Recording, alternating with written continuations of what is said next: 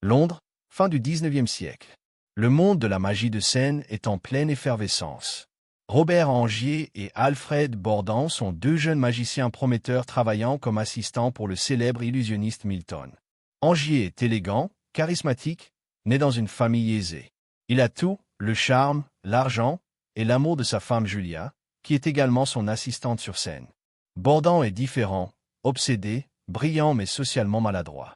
Il vient d'un milieu modeste et a tout construit par lui-même. Son génie réside dans sa compréhension technique de la magie. Les deux hommes se respectent et travaillent ensemble harmonieusement, jusqu'au jour fatidique. Julia effectue le numéro du réservoir d'eau, un tour dangereux où elle est enfermée dans un réservoir rempli d'eau, les mains attachées, et doit s'échapper avant de se noyer.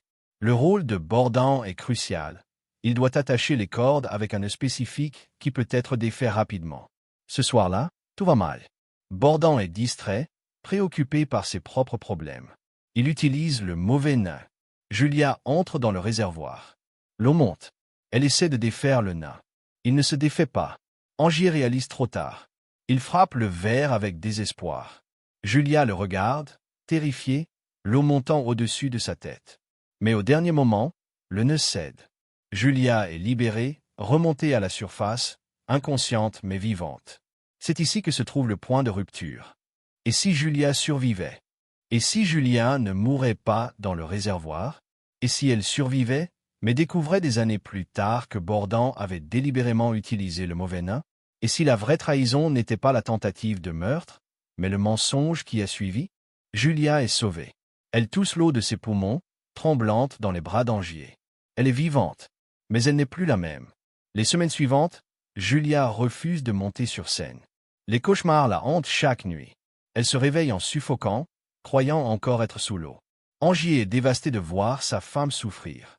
Ce n'était qu'un accident, Julia. Un terrible accident. Bordand vient s'excuser en personne. Julia, je suis tellement désolé. J'étais distrait. C'était une erreur. Julia le regarde longuement, puis acquiesce. Je sais que ce n'était pas intentionnel, Alfred. Je vous pardonne. Mais dans ses yeux, il y a quelque chose que personne ne voit, un doute. Une petite graine de suspicion. Pourquoi Bordand était-il si distrait cette nuit-là? Était-ce vraiment une erreur? Angier ne veut plus que Julia fasse de la magie. Tu as failli mourir. Je ne prendrai plus jamais ce risque. Julia accepte, mais quelque chose en elle meurt également. La magie était sa passion. Maintenant, elle n'est que la femme d'Angier, observant depuis les coulisses. Angier et Bordand continuent à travailler ensemble, mais leur relation est tendue. Angier ne peut pas oublier ce qui s'est passé. Bordand porte sa culpabilité comme un fardeau. Finalement, ils décident de se séparer professionnellement. Angier et Julia montent leur propre spectacle. Bordand fait de même avec son nouveau partenaire, Fallon.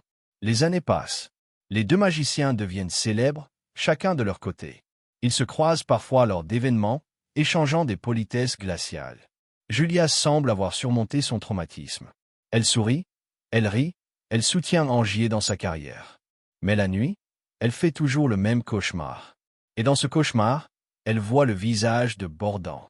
Pas effrayé, pas paniqué, mais calme, trop calme. 10 ans après l'incident, Julia accompagne Angier à une réception mondaine. C'est là qu'elle rencontre Sarah, la femme de Bordand. Sarah a trop bu. Elle est amère, fatiguée par les absences constantes de son mari.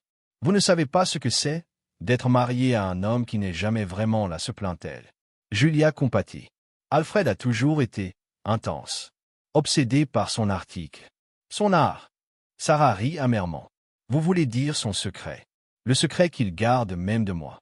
Quel secret? Sarah hésite, puis murmure. Parfois, je crois qu'il y a deux Alfred, qu'il a un jumeau. C'est la seule explication pour ses absences, ses changements d'humeur, les choses qu'il oublie. Julia fige. Un jumeau? C'est ridicule, n'est-ce pas? Mais comment expliquer qu'un jour il m'aime passionnément, et le lendemain il me traite comme une étrangère? Julia rentre chez elle, troublée.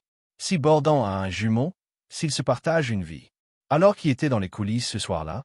Qui a attaché le nœud? Julia commence à enquêter discrètement. Elle parle aux anciens assistants de Bordand. Elle consulte les archives des théâtres. Elle suit Bordand à distance. Et elle découvre la vérité. Alfred Bordan et son assistant Fallon sont en réalité des jumeaux. Ils partagent une seule identité. C'est le secret de leur plus grand tour, l'homme transporté.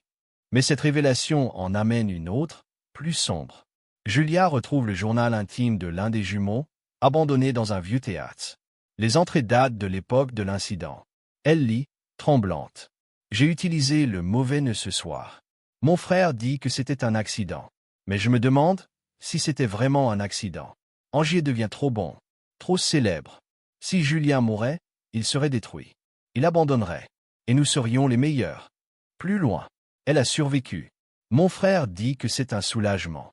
Mais je vois dans ses yeux, il est déçu. Nous aurions pu être les seuls au sommet. Julia lâche le journal, horrifiée. Ce n'était pas un accident. C'était une tentative de meurtre délibéré. Et Angier ne le sait pas. Julia rentre chez elle, déchirée. Doit-elle dire la vérité à Angier? Si elle le fait, il voudra se venger. Les années de paix fragile voleront en éclats. Elle décide de lui dire. Robert, j'ai découvert quelque chose sur Bordan. Quelque chose de terrible. Elle lui montre le journal. Angier le lit, son visage devenant de plus en plus pâle. Il a essayé de te tuer. Délibérément. Angier tremble de rage. Je vais le détruire. Je vais ruiner sa vie comme il a failli ruiner la nôtre. Non, Robert. Julia prend ses mains. Si tu cherches la vengeance, tu deviendras comme lui. Obsédé. Destructeur. Je ne veux pas perdre l'homme que j'aime à cause de la haine. Mais il doit payer. Il paie déjà, Robert. Tu n'as pas vu? Sa femme le quitte. Ses enfants le connaissent à peine. Il a sacrifié tout ce qui compte pour sa magie. C'est sa punition. Angier veut croire Julia. Mais la rage consume son cœur. Julia prend une décision audacieuse. Elle va confronter Bordan elle-même. Elle le trouve seul dans son théâtre, préparant un nouveau tour. Alfred, nous devons parler. Bordan se retourne. Julia, qu'est-ce que vous faites ici? Je sais pour votre jumeau. Je sais que ce n'était pas un accident. Le visage de Bordan change. Pour la première fois, Julia voit de la peur dans ses yeux. Lequel des deux êtes-vous en ce moment? Celui qui voulait me tuer, ou celui qui a eu des remords? Bordan hésite. Je suis celui qui est désolé. Mon frère était ambitieux, impitoyable. Mais ce soir-là, quand nous avons vu que vous surviviez, nous avons tous les deux réalisé que nous avions franchi une ligne. Pourquoi ne pas avoir dit la vérité? Parce que cela aurait détruit tout. Notre carrière, notre vie. Et vous étiez vivante. Nous pensions pouvoir simplement continuer. Julia le regarde longuement. Vous savez ce qui est pire qu'une tentative de meurtre, Alfred? C'est le mensonge qui suit. Pendant 10 ans, j'ai cru que c'était un accident. J'ai essayé de me pardonner d'avoir peur de vous. Mais tout ce temps, mon instinct avait raison. Que voulez-vous? La police? Ma destruction. Julia sourit tristement. Je veux que vous viviez avec cette culpabilité. Je veux que chaque fois que vous montez sur scène, vous vous souveniez que vous avez essayé de tuer quelqu'un pour votre article. Et je veux que vous sachiez que malgré tout, je choisis de ne pas me venger. Julia rentre chez elle pour trouver Angier en train de préparer des explosifs. Je vais détruire son théâtre. Je vais exposer son secret. Je vais le ruiner. Non, tu ne le feras pas. Julia, il a essayé de te tuer. Et j'ai choisi de lui pardonner. Pas pour lui, Robert. Pour moi. Pour nous. La vengeance te consumera. Elle nous détruira tous les deux. Angier est déchiré entre sa rage et son amour pour Julia. Comment peux-tu pardonner ça? Parce que je suis encore vivante. Parce que j'ai passé 10 ans à vivre dans la peur, et je refuse de passer le reste de ma vie dans la haine. Bordan a déjà perdu tout ce qui compte. Laisse-le avec sa culpabilité. Angier pleure. Il serre Julia dans ses bras. Je ne sais pas si je peux être aussi fort que toi. Tu n'as pas besoin d'être fort. Tu dois juste choisir l'amour plutôt que la haine. Angier abandonne sa vengeance. Mais la nouvelle se répand dans le monde de la magie, Bordan a un jumeau. Sarah l'a révélé dans sa colère avant de le quitter. Le secret de Bordan est exposé. Son plus grand tour est ruiné. Sa carrière s'effondre. Ironiquement, Angier devient encore plus célèbre, non pas par vengeance, mais parce qu'il a su pardonner. Le public admire sa noblesse. Bordan est détruit, non pas par la vengeance d'Angier, mais par les conséquences naturelles de ses propres actions. Des années plus tard, Bordan, maintenant âgé et brisé, vient voir Angier. Je voulais vous remercier. Me remercier. pour ne pas avoir cherché la vengeance, pour m'avoir laissé vivre avec ma culpabilité. C'était une punition bien plus grande que tout ce que vous auriez pu faire.